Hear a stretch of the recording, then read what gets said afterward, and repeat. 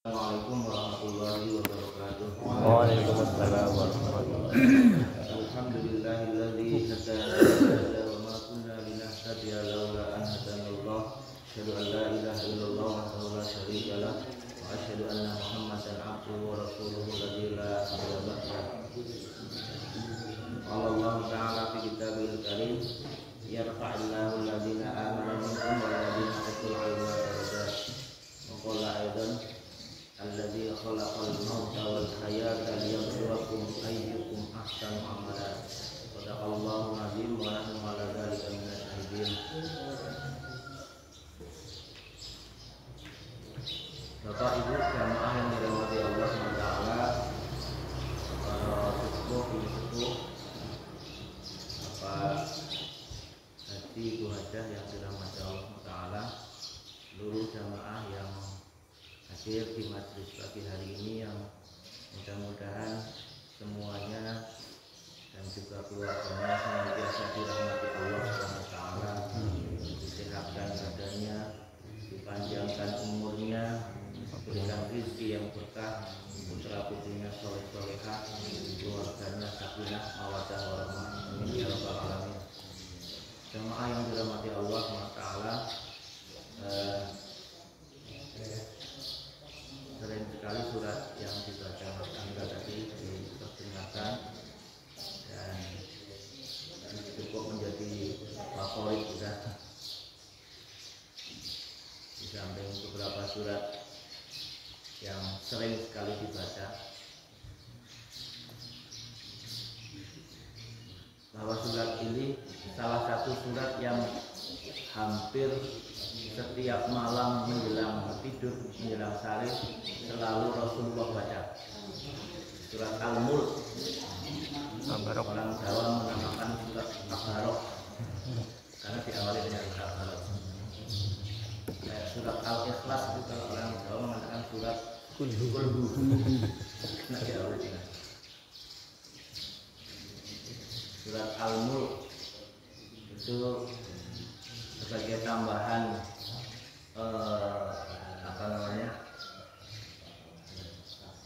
investasi kita, bisa mungkin sebelum sare itu dibaca surat Al-Mulk, menjalankan salah satu sunnah Rasulullah SAW. Di ayat kedua sering disampaikan bahwa Allah alladzi khalaqal mauta wal hayata liyabluwakum ayyukum ahsanu amala. Fase kita kan hidup mati itu ada 4 kali. Mati, hidup lagi, dan tidak ada mati lagi. Dulu kita mati, sekarang sedang hidup, sebentar lagi mati, setelah mati hidup lagi terakhir. Di ayatnya ini, yumitukum wa yuhyikum wa yumitukum wa yuhyikum.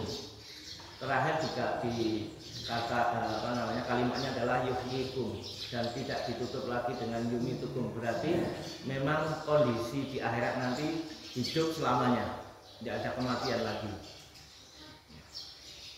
Sekarang kita sedang berada di fase ketiga, fase 3 perjalanan panjang kita.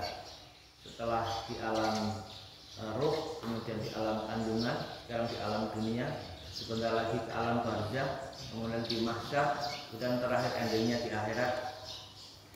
2 pilihannya, surga atau neraka. Nah, maka Allah menjadikan hidup kita di dunia ini sedang memilih, mengawasi, menseleksi. Kita ini sedang audisi. Ya, ada yang tereliminasi, ada yang tetap eksis sampai grand final nanti. Alladzi khalaqal mauta, maka Allah pun menggunakan kalimatnya Allah zat yang menciptakan kematian, wal hayata, baru kehidupan, karena dulu kita mati nggak ada. Wal hayata liyabluwakum, untuk menguji kalian semuanya. Ayyukum ahsanu amala, mana-mana di antara kalian yang paling bagus amalnya. Jadi nanti akan terseleksi dengan alam. Jadi kebaikan-kebaikan itu terseleksi. Ngaji pun di mana-mana terseleksi. awal banyak tinggal dikit. Kayak audisi itulah gitu. Awalnya pesertanya ribuan, jadi ratusan, jadi puluhan. Nah, grand finalnya nanti kita itu ketika meniti sirot di sirot itu. Maka tidak banyak di situ, karena sudah masuk babak final itu kan pesertanya sudah berkurang banyak sekali. Grand finalnya itu ketika kita dikirim ke Mahsyar, kemudian dihisab macam-macam, baru kemudian dikirim ke sirot, jembatan, meniti jembatan yang di bawahnya jurang menganga neraka jahanam, yang lolos akan ke surga. Di situ nggak banyak peserta. Tapi insya Allah yang ada di sini ikut peserta grand final semuanya. Amin. Pertanyaannya apakah lolos apa enggak di final itu, berhasil apa enggak nanti tergantung amal kita, dan kita sekarang sedang diseleksi oleh Allah. Ayyukum ahsanu amala, mana-mana di antara kalian semuanya yang paling bagus amalnya kata Allah. Yang ikut seleksi grand final itu ya yang beragama tauhid saja, yang bertuhankan Allah saja. Yang bertuhankan selain Allah sudah tereliminasi lebih dahulu. Wa ma yabtaghi ghairal islami dina fala yuqbala minhu wa huwa fil akhirati minal khasirin. Di samping Allah bertegas inna dina indallahil Islam, Allah sampaikan juga wa may yabtaghi ghairal islami dina fala yuqbala minhu wa huwa fil akhirati minal khasirin. Barang siapa berpegang teguh kepada selain Islam, maka amalnya cukup selesai di dunia saja. Fil akhirati minal khasirin, dan di akhirat termasuk orang-orang yang rugi, orang-orang yang celaka. Artinya tidak diterima oleh Allah amalnya ketika tidak bertuhankan Allah. Selesai di dunia saja. Di akhirat tidak direken, tidak dicatat oleh Allah, sehingga otomatis tidak ikut grand final, sudah tereliminasi lebih dahulu. Saingannya lebih sedikit gitu. Saingannya ya, kita ini bersaing gitu. Cepet-cepetan, ada yang lari, ada yang jalan, ada yang bahasanya ngesot, menggantang, dan itu semuanya adalah hasil dari ketika kita di dunia ini. Maka hari ini dan seterusnya, termasuk kemarin-kemarin, kita adalah sedang berproses menuju apa yang kita cita-citakan di dunia hasanah wa fil akhirati hasanah. Di dunia hasanah saja perlu proses, apalagi fil akhirati hasanah. Prosesnya lebih panjang.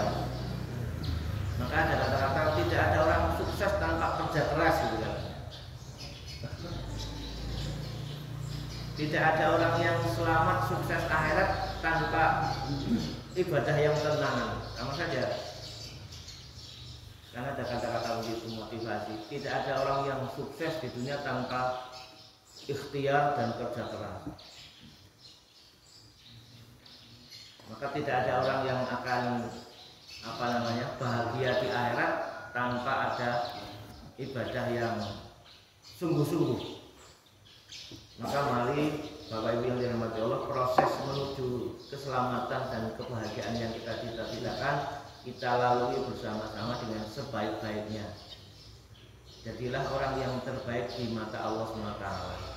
Jangan sampai kita hanya masyhur atau terkenal di dunia, tapi nggak kelihatan oleh penduduk langit. Jadi terkenal di dunia nggak masalah, tetapi sebisa mungkin kita dikenal juga oleh penduduk langit. Karena pagi-pagi sudah bangun, sholat tahajud, sholat qobliyah, dan sholat subuh, penduduk langit sudah mengenal kita. Mana-mana yang terbaik. Apalagi ketika orang bertahajud itu kan gampang sekali dikenal. Penduduk dunia saja gampang mengenali, apalagi penduduk langit. Maka sholat tahajud adalah sholat sunnah yang paling utama, ibadah sholat yang paling utama setelah sholat wajib. Karena perintahnya langsung dari Allah. Kalau sunnah-sunnah yang sholat sunnah yang lain itu dari Rasulullah melalui hadis-hadisnya, tapi kalau sholat tahajud langsung Allah yang perintah. Wa minal laili fatahajjat bihi nafilatan lak asa ayyam asaka rabbuka maqaman mahmudah. Allah yang langsung. Kalau sholat yang lain, sholat rawatib, sholat tarawih, sholat yang lain-lain itu adalah sumbernya dari hadis Rasulullah. Tapi tahajud sekali lagi langsung dari Allah, dan dari sebagian malam maka bertahajudlah, fatahajjat bihi nafilatan lak, sebagai ibadah tambahan bagimu. Asa ayyam afaka rabbuka maqama mahmudah. Mudah-mudahan dengan kita bertahajud kepada Allah, Allah akan menempatkan kita di maqam mahmudah, tempat yang mulia dunia maupun akhirat. Jamaah yang dirahmati Allah SWT, selanjutnya meneruskan materi yang kemarin. Masih tema besarnya adalah ma'rifatullah, mengenal lebih dekat kepada Allah SWT, sampai kepada al-mahabbah. Mahabbah itu kecintaan.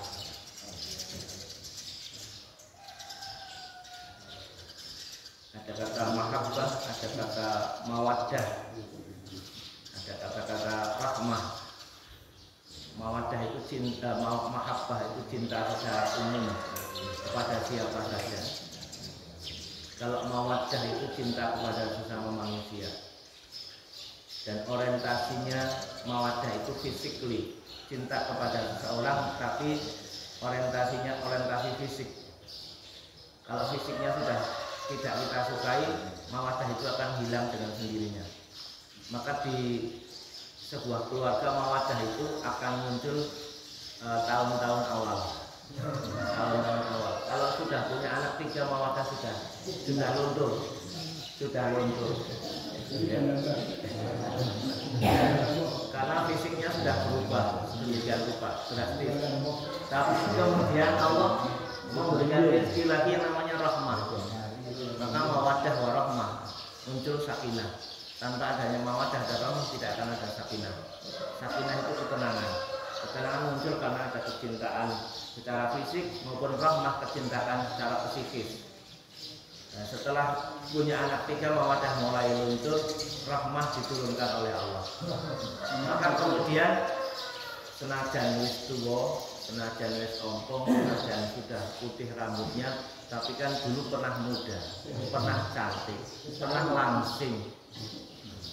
Itu rahmah namanya. Dan apalagi sudah melahirkan anak-anakku, merawat menjaga anak-anakku, muncul rahmah. Maka tetap nyon sewu walaupun sudah menikah 30 tahun ora bosen. Padahal bendina ketemunya ya kuwi terus. Apalagi kita di perumahan kan sempit. Ning kamar wong kuwi, ning dapur wong kuwi meneh. Sedina ketemu kuwi lho, Pak. Kok ya ora bosen. Kalau enggak ada rahmah wis.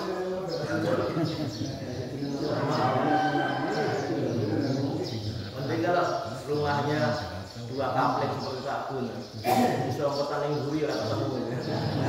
Yang lain yang pintunya 1, mau tidak mau kepeduk terus.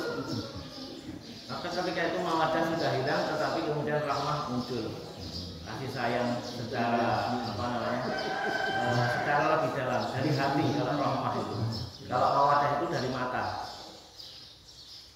Cuman tidak semua cinta itu datang dari mata terus turun ke hati, enggak. Sementara kita kan peribahasanya itu, cinta turun dari mata, dari mata turun ke hati. Berarti kalau begitu harus melihat, kalau orang punya rasa cinta harus melihat, enggak ternyata. Kita ngaku cinta Rasulullah, kapan kita melihat? Kapan kita ketemu? Jangankan ketemu gambarnya aja nggak pernah melihat, tapi kita ada rasa cinta kepada Rasulullah. Kapan kita melihat berjumpa Allah? Tapi kita ada rasa cinta kepada Allah. Maka tidak selamanya cinta itu datang dari mata turun ke hati. Kita nggak pernah melihat Rasulullah, tapi kecintaan itu luar biasa kita kepada Rasulullah. Nggak mungkin kita mengikuti sunnah-sunnahnya kalau nggak ada rasa cinta. Jamaah yang dirahmati Allah. Nah, cinta itu dibagi 2, ada cinta yang berdasarkan keimanan, ada yang berdasarkan nafsu. Ya. Wallahu alam, dulu kita mencintai pasangan kita itu berdasarkan nafsu atau karena keimanan? Sendiri-sendiri. Karena nafsu.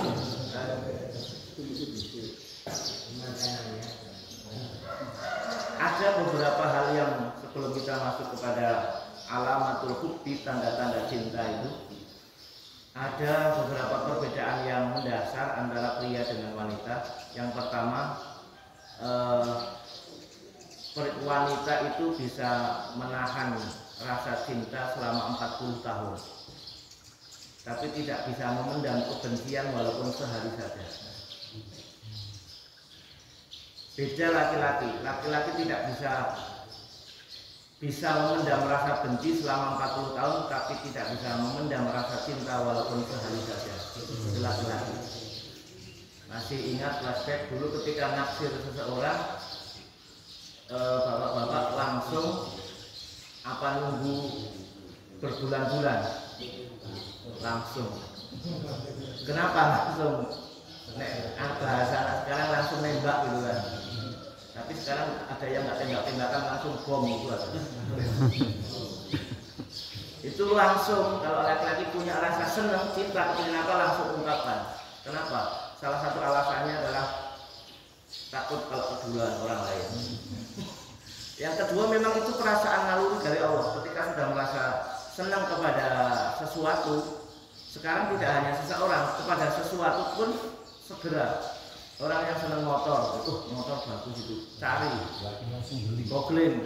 Ya teman saya senang sepeda, sampai di Magelang pucuk sana diparani sepeda, pulangnya ditumpaki dari Magelang ini, karena senang. Langsung begitu lihat di HP, apik kalau sepeda parani, sama dulu, ini kayaknya cantik ini, parani langsung. Bungkus. Sehingga kemudian rela nanti berkorban, biarpun hujan asal nggak kepanasan, biarpun panas nggak kehujanan, pokoknya gunungku seberangi lautanku jadi asal jatuh. Nanti keliru gunungku seberangi. Laulal buru datul bahri lau tahabtu ilaiki hubban. Ada seorang penyair Arab mengatakan, kalaulah tidak karena dinginnya samudra, niscaya aku telah terbang menghampirimu untuk berjumpa denganmu. Wong Arab pun syairnya itu kalau masalah seperti itu luar biasa. Jamaah yang dirahmati Allah SWT, mahabbah yang berdasarkan syariah itu dasarnya keimanan. Maka ketika menasehati pengantin, Rasulullah mengatakan tungkahul mar'atu li arba'in, limaliha li jamaliha li hasabiha, kemudian li diniha falfat bidzatidin tarikat yadaka. Rasulullah kemudian menggarisbawahi, silakan nikahi sesuai dengan kehendakmu. Ada yang condongnya memilih karena kecantikannya, ada yang karena hartanya, ada yang karena keturunannya, ada yang karena agamanya. Tapi Rasulullah kemudian menekankan farfat bidzatidin, maka peganglah, carilah yang karena agamanya. Taribat yadaka, maka engkau akan selamat. Ini yang berdasarkan iman. Ketika mencintai seseorang karena agamanya, karena seimannya.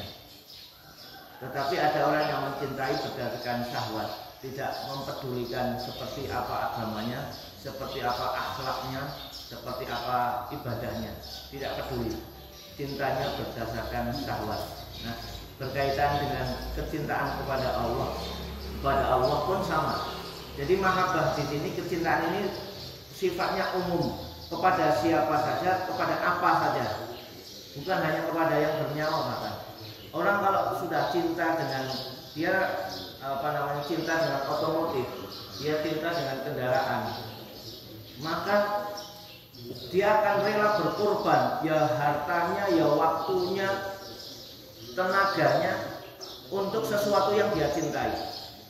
Orang kalau sudah punya motor kuno antik, pas di rumah ya seharian bersama itu terus dielus-elus, dilap-lap, bikin celongkin-celongkin, padahal istrinya udah nggak pernah dielus lagi.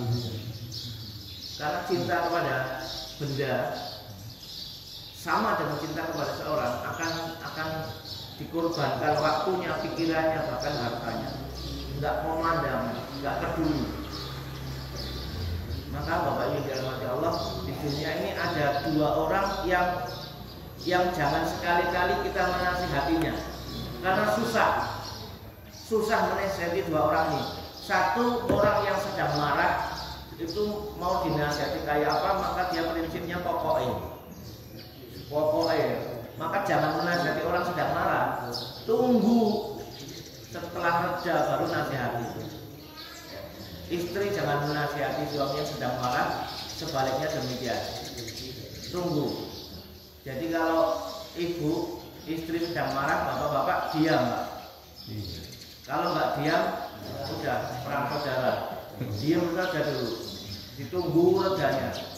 Nggak reda-reda, ngomong terus gitu kan, kalau mohon maaf, ngomong terus ditanya dulu, selesai belum Bu? Urung, polisi nesu. Ya sudah, saya tak keluar aja, tidur di masjid. Setelah 2 jam keliling pulang, dan selesai belum Bu marahnya? Belum. Ya wes tak mau masjid bener. Kalau ditimbali kata-katanya enggak jadi. Orang sedang marah susah dinasihati. Yang kedua, siapa yang susah dinasihati?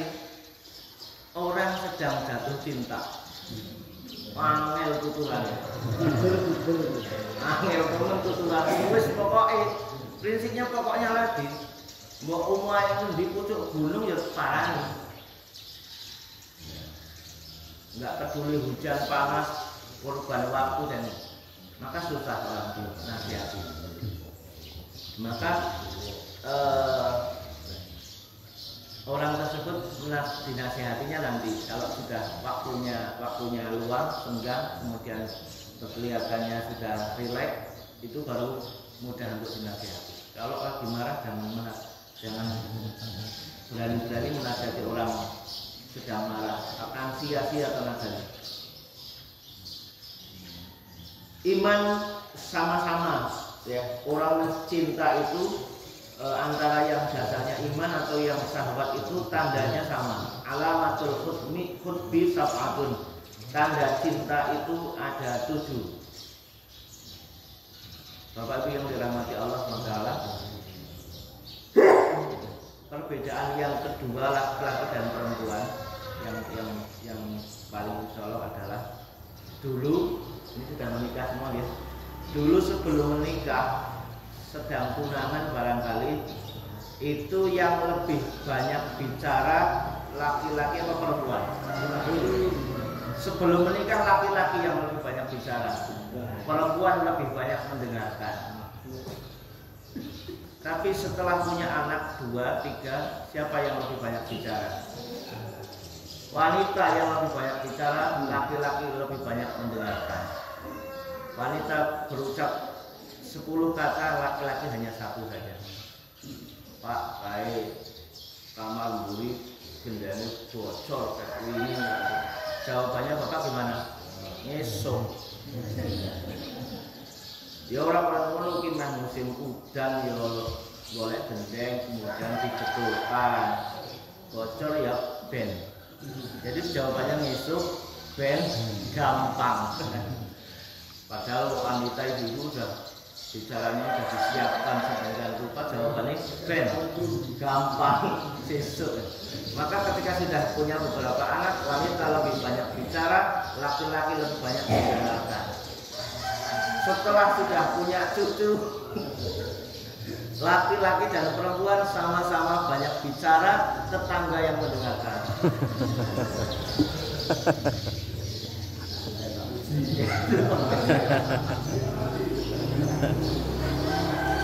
Karena nggak ada yang mau kalah. Si ngomong urung rampung ditimbali dan seterusnya. Karena itu siklus manusia itu nanti kalau sudah sepuh itu sifat-sifatnya akan mendekati seperti ketika sedang balita. Jadi orang belum kalah, nek njaluk apa-apa itu segera dituruti, itu sudah naluri, sunatullah, maka siap-siap saja. Bagi yang belum, yang sudah ya sudah pengalaman. Lanjutkan. Alamatul hubbi, tanda cinta yang pertama, cinta kepada siapa saja, kepada apa saja. Ini tandanya sama. Yang pertama kasratu dzikri, banyak menyebutnya. Seseorang cinta kepada orang itu akan banyak menyebut nama itu. Bahkan kalau anak-anak sekolah itu mencintai lawan jenisnya, ya yang diceritakan nama itu terus di mana-mana. Sampai di bangku di meja sekolah yang ditulis ya nama itu yang dia cintai. Sampai di daun mangga ya ada namanya dia. Bahkan kadang-kadang ditulis sampai 1 lembar, kemudian dilempit di bawah tidur.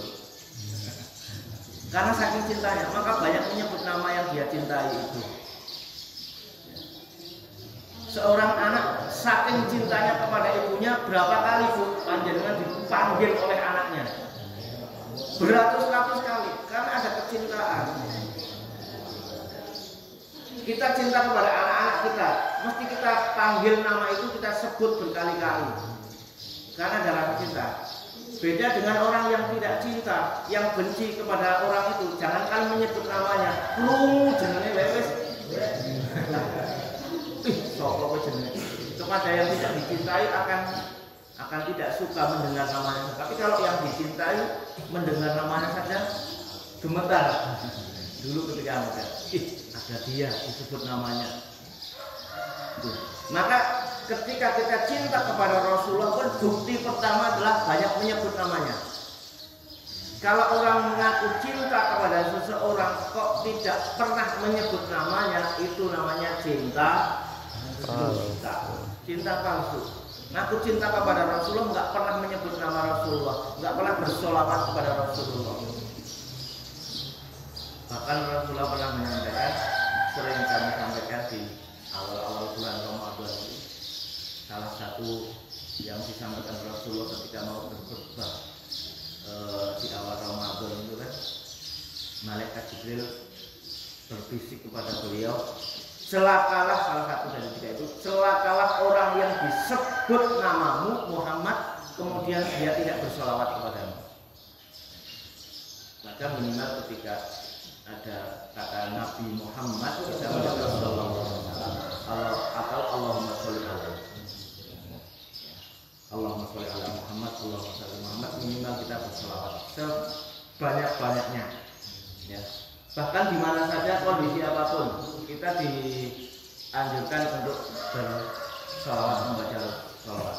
Itu Ibu sudah kami sampaikan bahwa kalau kita nggak sempat, nggak harus duduk setelah sholat, nggak harus duduk di masjid, nggak harus duduk di atas sajadah, sholat di mana saja.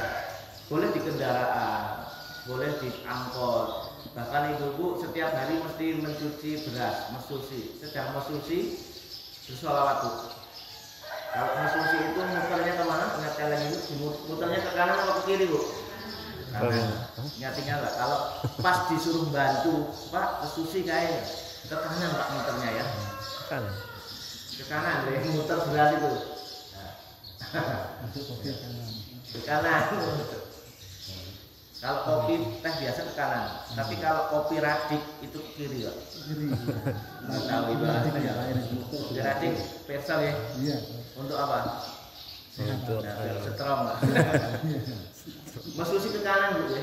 Nah ketika mesusi sambil dibacakan sholawat, Allahumma sholli ala Muhammad, Allahumma sholli ala Sayyidina Muhammad, sambil dibayangkan bahwa beras yang saya cuci akan jadi nasi akan dikonsumsi oleh istri, suami, oleh anak-anak.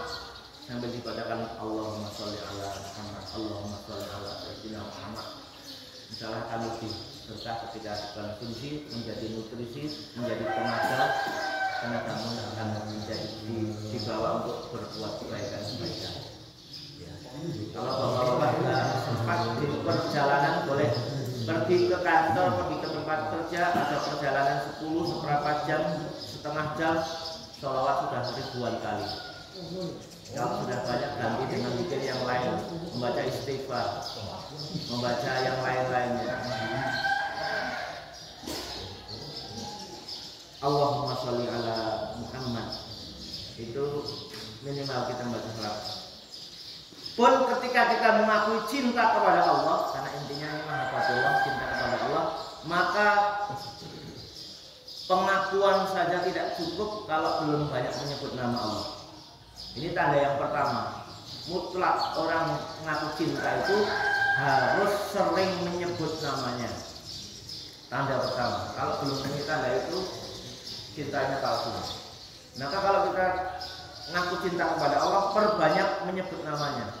Banyak menyebut nama Allah, namanya zikrullah, zikir kepada Allah. Rasulullah beristighfar minimal 100 kali sehari. Belum lagi bacaan-bacaan kalimat thayyibah yang lainnya. Maka berzikir tidak hanya setelah sholat saja. Tadi disampaikan dimanapun berada, kita berjalan kemana, ke tempat kerja, berjalan-jalan sambil mencari kesehatan, sambil berzikir. Karena makhluk-makhluk yang lain selain kita, ada pepohonan, ada daun-daun, ada rumput-rumput, selalu bertasbih kepada Allah, selalu berzikir kepada Allah. Termasuk hewan-hewan itu berzikir, bertasbih kepada Allah. Nah, kita manusia punya perbanyak zikrullah, dan Allah juga sudah menjanjikan ala bizikrillahi tatmainnul qulub wadhkurullaha katsira. Banyak sekali perintah dari Allah untuk memperbanyak zikir. Wadhkurullaha katsira dalam kondisi kiaman wa junudan wa ala qabail. Zikirlah, perbanyak zikir kepada Allah dalam kondisi kiaman, berdiri maupun duduk maupun ketika berbaring. Perbanyak zikir. Banyak sekali macamnya kalimat-kalimat thayyibah itu.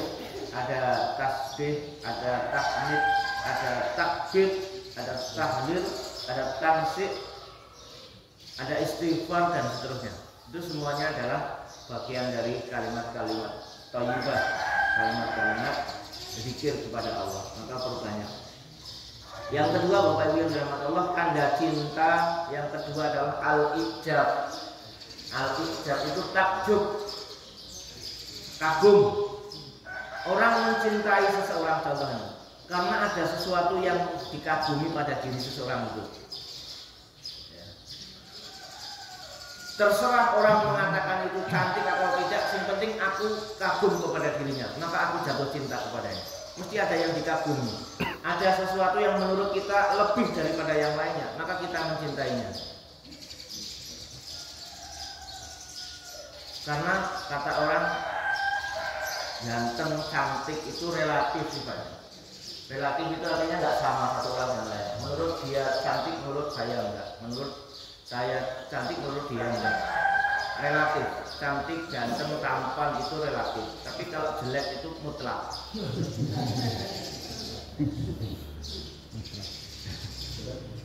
Relatif. Maka mohon maaf, orang berjodoh itu settingannya Allah. Jangan pernah kita memaki mencaci. Kalau orang gede dulu, bojone cilik. Kayak orang bering, bojone lemu. Kayak orang lemu banget kok bojone itu. Itu sudah disetting sama Allah. Sama dengan rezeki. Kayak profesor kok ora sugih. Kayak lulusan SD kok sugih men. Itu sudah settingan Allah. Karena jodoh itu juga bagian dari rezeki yang sudah diatur oleh Allah. Sehingga nggak boleh kita kemudian suudon ataupun kemudian ada prasangka-prasangka yang buruk, yang jelek. Jamaah yang dirahmati Allah SWT, sama halnya ketika kita cinta kepada Allah dan Rasul, kita ada sesuatu yang menakjubkan menurut kita pada diri Rasulullah, pada Allah SWT. Luar biasanya Allah sudah menciptakan sedemikian rupa bumi langit seisinya. Apakah ini tidak menakjubkan kekuasaan Allah ini? Maka dengan adanya rasa takjub itu kemudian kita muncul rasa cinta kepada Allah. Apalagi kemudian disertai hal-hal yang lain. Takjub dulu, mencintai seseorang, mencintai Allah, mencintai Rasulullah, bahkan mencintai benda itu karena kita takjub. Mau apa temennya? Maka kemudian kita cinta. Ketiga, ridho. Ar-ridho itu tanda cinta yang ketiga. Rela. Kalau orang mengaku cinta tapi dia tidak rela dengan yang dicintai, itu namanya cinta palsu. Maka kalau kita mencintai seseorang, kita harus rela Ya rela pikirannya, tenaganya, harta bendanya, waktunya dan seterusnya. Harus rela, ridho. Maka ini jadi ngaji keluarga. Pilar keluarga sakinah itu ada 5. Salah satunya adalah antarodin kalau Al-Quran mengatakan. Ada yang pertama itu zawaj, yang kedua itu mitsaqon ghalidho. Kalau di Quran yang ketiga itu antarodin, harus saling ridho, saling rela. Ibu mencintai bapak harus rela, ridho dengan apapun yang ada pada diri bapak. Bapak mencintai ibu juga harus ridho, rela dengan apapun yang ada pada diri ibu atau istri. Jangan nggak ridho. Ya. Itu kalau nggak ridho, nggak rela berarti cintanya masih dipertanyakan. Sama halnya kita cinta kepada Rasulullah, pada Allah harus ridho dengan apapun yang ditentukan oleh Allah, dengan apapun yang diberikan oleh Allah, dengan apapun yang diperintahkan oleh Allah, kita harus ridho. Kalau kita masih bertanya-tanya, apalagi dengan nada suudon, dengan nada protes, kenapa ya Gusti Allah pemerintah sholat, perintah puasa, perintah zakat, wah itu cintanya masih diragukan. Dia tidak ridho dengan semua yang dikehendaki oleh Allah yang kita cintai. Sama dengan pada Rasulullah juga begitu. Rasulullah kok kayak gini bener sih, perintahnya macam-macam mempersulit aja. Nah, itu belum cinta yang sesungguhnya masih dipertanyakan. Kemudian at-talhiyah, tanda yang keempat, tanda cinta itu at-talhiyah, rela berkorban.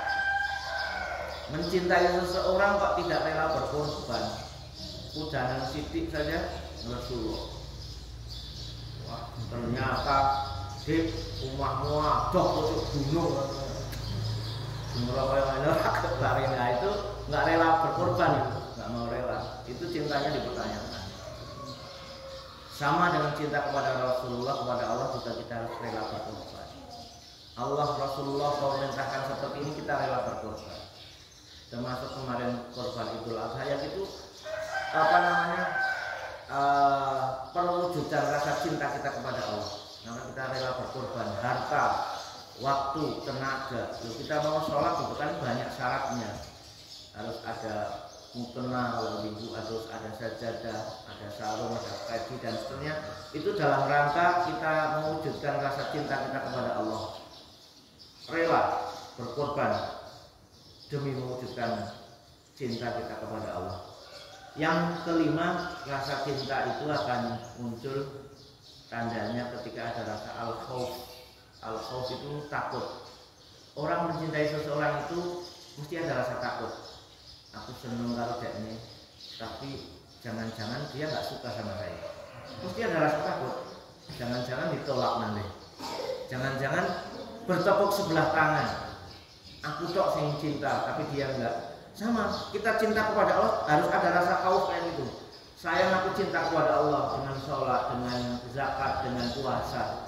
Tapi harus ada rasa takut di situ. Jangan-jangan sholatku nggak diterima sama Allah. Jangan-jangan zakatku, puasaku nggak diterima oleh Allah. Hanya perasaanku saja. Harus ada rasa takut. Maka di dalam setiap ibadah kita, entah itu sholat, puasa, zakat dan sebagainya, dua rasa ini yang ke-6 nanti itu al-khauf war roja harus ada. Setiap ibadah kita. Setiap ibadah kita harus ada rasa al-khauf, rasa takut, tapi di sisi lain ada rasa ar-roja, pengharapan. Saya sholat jangan-jangan tidak diterima oleh Allah, tapi harapannya mudah-mudahan dengan saya sholat ibadah Allah melihat saya, mencatat amal saya dan nanti akan membalas kebaikan itu. Jadi ada sama dengan cinta kita kepada seseorang, mesti ada rasa takut, ada rasa harap. Istilahnya harap-harap cemas, harus ada itu. Di ibadah kita juga gitu. Jangan terlalu optimis, tapi jangan terlalu pesimis. Kalau over optimis, over confident kata anak muda, kita jangan-jangan nanti tertipu dengan perasaan kita. Perasaanku, sholatku sudah banyak, puasaku juga Senin Kamis saya jalankan. Kok nanti tiba-tiba ketika ditimbang kok enteng sekali. Nah, itu karena terlalu overconfident, karena terlalu over optimis. Maka optimis itu ada, tetapi kita juga harus ada rasa al-khauf, takut. Jangan-jangan nggak diterima. Kalau sudah ada kata-kata jangan-jangan tidak terima, mesti dia akan kemudian memperbaikinya. Sama dengan anak muda nembak kekasihnya, yang pertama nggak diterima, mesti dia nggak menyerah, akan dia perbaiki macam-macamnya, sikapnya, kemudian perangainya, tutur katanya. Mencoba kedua kalinya diperbaiki semuanya. Mudah-mudahan dengan perbaikan itu akan diterima. Nah, ternyata yang pertama itu dulu kan belum ada HP ya Pak. Dulu waktu nembak pakai apa? Surat kan? Surat. Kalau rumahnya jauh itu sampai seminggu enggak. Karena di kantor pos itu 3 hari, kemudian di balai desa itu kadang lama sekali. Apalagi kalau Pak Bayanya nggak segera menyampaikan kepada alamat, kadang disimpan dulu. Ternyata nggak hadir 3 hari bayanya yang biasa ngeterke surat rumah. Sampai seminggu lebih suratnya belum nyampe, orangnya udah ketemuan. Surat belum nyampe. Nah itu kan mungkin ada kesalahan yang pertama kali nggak diterima. Sama dengan orang bikin proposal macam-macam itu kan kadang pertama nggak diterima karena ada kesalahan. Perbaiki, bikin proposal, skripsi, tesis dan sebagainya, banyak perbaikan. Maka kemudian kita karena takut nggak diterima, dia perbaiki sebaik mungkin. Akhirnya kemudian diterima. Sama dengan ibadah Bapak Ibu dirahmati Allah, ibadah kita senantiasa perbaiki. Mudah-mudahan yang kemarin belum diterima karena ada kurang syarat rukun dan seterusnya, kita koreksi, kita perbaiki. Mudah-mudahan kemudian endingnya diterima oleh Allah, dikabulkan. Itu rasa khauf harus ada, tapi rasa rojak juga harus menyertai setiap ibadah kita. Maka tanda yang keenam adalah rojak, pengharapan, mengharap kepada Allah atas semua yang kita lakukan. Yang terakhir puncaknya tanda cinta adalah taat, mentaati siapapun yang kita cintai. Kalau ada orang ngaku cinta tapi belum taat, maka cinta itu tadi dipertanyakan. Bisa jadi cintanya dusta atau palsu. Ibu-ibu mencintai bapaknya, maka puncaknya adalah taat. Mau tidak ketika diperintah oleh orang yang dicintai itu mau menjalankan apa enggak. Cinta kita kepada Rasulullah, kepada Allah SWT, pembukti yang terakhir adalah taat atau tidak. Jangan ngaku cinta kepada Allah kalau belum taat menjalankan perintahnya. Aku iman, cinta kepada Allah, kepada Rasulullah, giliran diperintah sholat tidak jalan, cintanya dusta, cinta palsu. Ngaku cinta kepada Rasulullah, pengen berjumpa kepada Rasulullah, tetapi tidak mentaati perintahnya, bahkan sering melanggarnya, susah dibuktikan cintanya, ya kan? Pembuktian yang paling tinggi rasa cinta adalah dengan mentaati yang dia cintai. Kepada Allah, kepada Rasulullah, kita buktikan rasa cinta kita dengan menjalankan perintah-perintah Allah dan Rasulnya, menjauhi larangan-larangan Allah dan Rasulnya. Inilah yang disebut cinta yang hakiki. 7 dari tanda-tanda cinta ini, apakah sudah kita miliki semuanya? Kita introspeksi, kita muhasabah kepada diri kita masing-masing, ya. Maka kita bisa menilai diri kita masing-masing. Kira-kira kita ngaku cinta kepada Rasulullah, kepada Allah, apakah sudah terpenuhi semua ciri-ciri atau tanda-tanda itu, ataukah belum? Dan tanda-tanda ini Bapak Ibu dirahmati Allah adalah tanda-tanda cinta secara umum, baik cinta kita kepada Allah, kepada Rasulullah, maupun cinta kita kepada selain Allah ataupun Rasulullah. Mahabbatullah itu tanda-tandanya sama, mahabbatul maghairillah kepada selain Allah juga sama tanda-tandanya seperti itu. Jamaah yang dirahmati Allah SWT, kalau sudah ada rasa cinta, maka nanti muncul rasa apa? Setelah cinta, orang cinta kemudian lama tidak berjumpa, namanya apa Bu? kita saksikan episode selanjutnya rindu musik kalau irama. Ini Bapak Ibu yang dirahmati Allah Taala, tidak mungkin kita akan rindu kalau tidak ada dasar cinta. Mengurus cinta kok rindu, maka apakah kita sudah rindu dengan Rasulullah? Apakah kita rindu dengan Allah, dengan perjumpaan pada Allah? Kalau kita belum merasa rindu kepada Rasulullah, belum merasa rindu berjumpa dengan Allah, maka cintanya masih dipertanyakan. Apa saja nanti tahapan-tahapan cinta itu kita ikuti pada episode dan program yang sama, insya Allah. Demikian yang bisa kita sampaikan, mudah-mudahan bermanfaat. Ihdinas siratal mustaqim. Billahi taufiq wal hidayah. Wassalamualaikum warahmatullahi wabarakatuh. Waalaikumsalam.